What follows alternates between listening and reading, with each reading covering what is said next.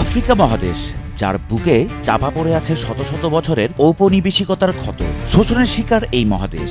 রাজনৈতিক অস্থিরতায় বহু বছর ধরে আলোচনায় থাকা সাহারা মরুর দক্ষিণে একটি ছোট্ট দেশ, নাম তার বুরকিনা ফাসো। অনেকের কাছেই নামটি অচেনা, তবে আজ আফ্রিকা মহাদেশের বুরকিনা ফাসো নামের এই ছোট্ট দেশ থেকে উঠে এসেছে এক নতুন আশার আলো। এক তরুণ সামরিক কর্মকর্তা, যার নাম ইব্রাহিম ট্রাওরে।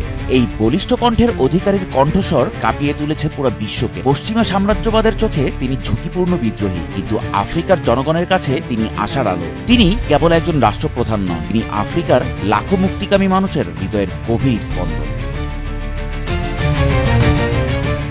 1988 সালে জন্ম নেয়া এই সৈনিক 2022 সালের অক্টোবরে মাত্র 34 বছর বয়সে শান্তিপূর্ণ এক অভ্যুত্থানের মাধ্যমে বুরকিনা ফাসোর মসনদে বসেন। তখনকার প্রেসিডেন্ট দামিবা জনরোষে পড়ে পদচ্যুত হন, আর ঠিক তখনই সামনে এসে দাঁড়ান এই তরুণ সাহসী নেতা ইব্রাহিম ট্রাওরে। বিশ্বের কনিষ্ঠতম রাষ্ট্রপ্রধানদের একজন হয়েও তার কণ্ঠস্বর স্পষ্ট। তিনি বজ্রকণ্ঠে ঘোষণা করেন, আমরা আর কারো উপনিবেশ হতে চাই না। আমাদের সম্পদ, আমাদের জনগণ, আমাদের ভবিষ্যৎ, সবকিছুর উপর অধিকার কেবল আমাদেরই। ট্রাওরে ফ্রান্সের সামরিক ঘাঁটি বন্ধ করেন, পশ্চিমা সাহায্যের নামে চাপানো শর্ত প্রত্যাখ্যান করেন। তিনি শুধু বুরকিনা ফাসোকে নয়, গোটা আফ্রিকাকে এক সত্যিকারের স্বাধীন সত্তা হিসেবে গড়ে তোলার স্বপ্ন দেখেন। গিনির মামাদি ডুম্বুয়া, মালির আসিমি গোইটা এবং নাইজারের আব্দুর রহমান তিয়ানির সাথে মিলে তিনি গড়ে তুলেছেন এক নতুন আঞ্চলিক জোট, যা আজ আফ্রিকান সার্বভৌমত্বের প্রতীক। দুর্নীতির বিরুদ্ধে তার শূন্য সহনশীলতা নীতি গোটা আফ্রিকাকে করেছে আলোড়িত।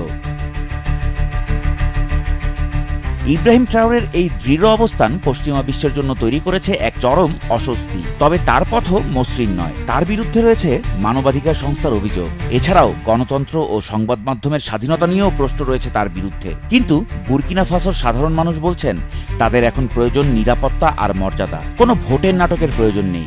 ইব্রাহিম ট্রাওরে কি তবে আধুনিক থমাস সাঙ্কারা, নাকি আফ্রিকার নতুন আফজাল খাঁ হয়ে উঠবেন? আফ্রিকা কি সত্যি এবার জেগে উঠবে? আর ইব্রাহিম ট্রাওরে কি হবেন সেই জাগরণের নায়ক?